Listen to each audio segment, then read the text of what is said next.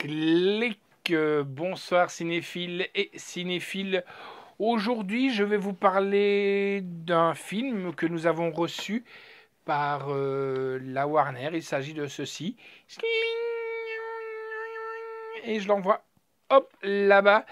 Donc, il s'agit de Justice League, un DC Comics. Que dire sur ce film? Moi, j'aime bien l'univers DC Comics. J'en ai un peu marre des Marvel.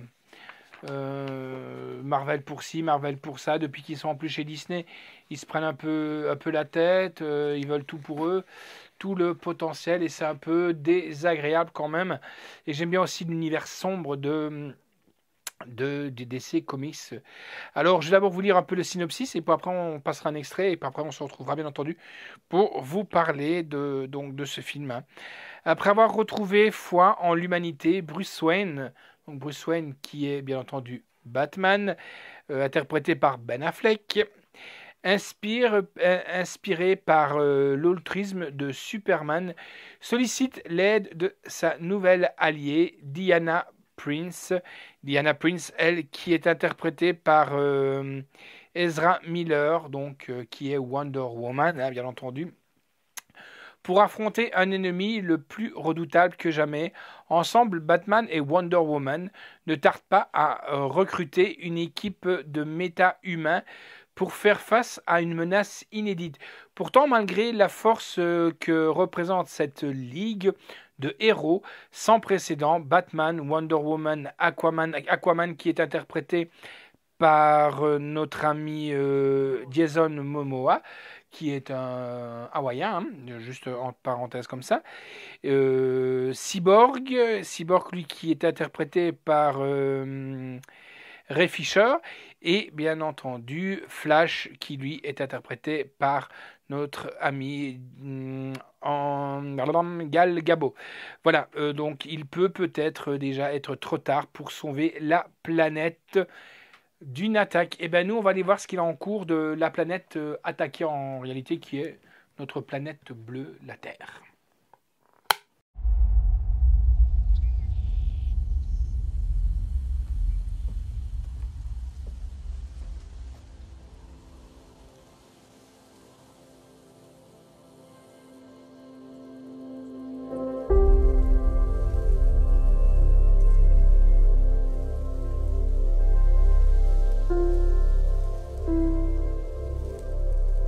Je prends ça pour un oui. Quoi? La bague.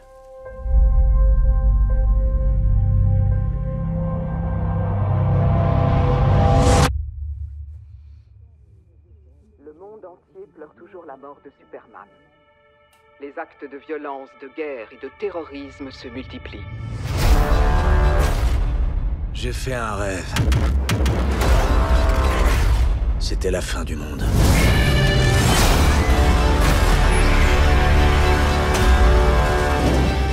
Une invasion. Je crois qu'il y a autre chose. De plus sombre.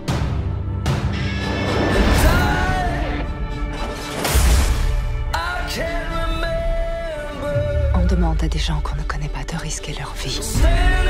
L'homme fort l'est encore plus seul. T'as déjà entendu ça? C'est pas ça le dicton. C'est le contraire de ce que dit le dicton.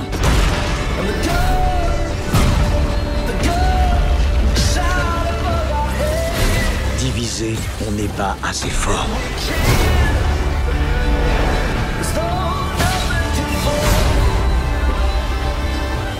Le monde a besoin de Superman.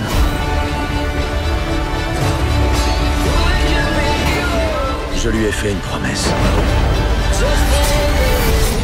C'est pour ça que je vous ai réunis. La balade est pas finie. Toi, t'es un pote.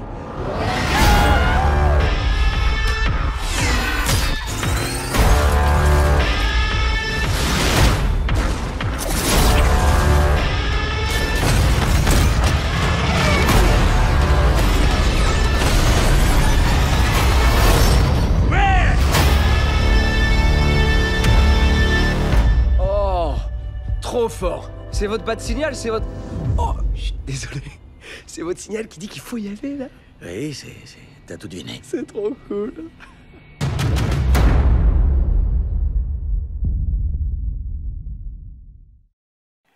Voilà, donc j'espère que vous avez aimé cette bande-annonce donc de Justice League. Hein. Moi, personnellement, il y en a beaucoup qui m'ont dit « Ouais, ça reste un peu bidon. C'est vrai que c'est un peu gnangnan, mais j'adore les scènes de combat. Je ne me cache pas de vous dire, j'ai un petit penchant pour Wonder Woman. Pas seulement pour la nana, même si je l'avoue, c'est aussi pour ces scènes de combat. C'est la seule où il y a souvent des ralentis. Et là, on a notre ami Zack Snyder qui s'épanouit, donc qui est le réalisateur, qui s'épanouit franchement dans les scènes de ralenti de combat que je trouve vraiment super bien foutues. Peut-être le petit reproche que je peux faire, c'est que Aquaman donc n'est pas assez exploité. Voilà, comparé à Flash, où on voit un Flash assez souvent, et du présence et le scénario est bien que prévisible et bien rodé. On peut juste regretter que la team mette un peu trop de temps à se mettre en place. C'est vrai qu'au départ, c'est un peu mou du genou, et puis après, ça va commencer seulement. Et comme je vous disais, je trouve que l'intérêt de Aquaman est très très limité. Le contenu visuel est éblouissant, les combats sont super bien filmés. Les effets spéciaux sont là. Zack Snyder est vraiment un des meilleurs en termes de capacité technique. En piste audio, on a de l'anglais DTS HD 5.1, français DTS HD 5.1, néerlandais, français en sous-titres, sous-titres pour sourds et malentendants anglais. La note que nous avons donnée, c'est un 8 sur 10. Je ne donnerai pas un 9 sur 10, mais voilà, tout simplement parce qu'on aurait pu un peu mieux exploiter certains, on va dire, super-héros.